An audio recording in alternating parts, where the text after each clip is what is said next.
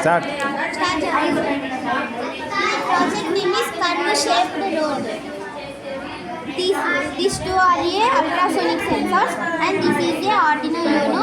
This is breadboard. These are jumper wires, and this is a LCD display. These are LED lights.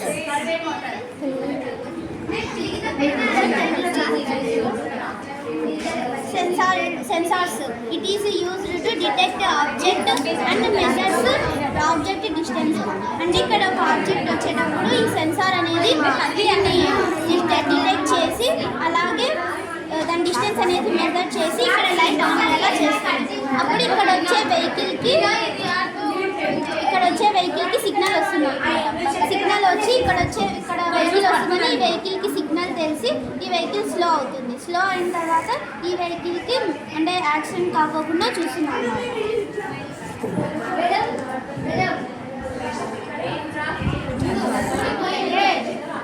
ఇలా signal వస్తుంది.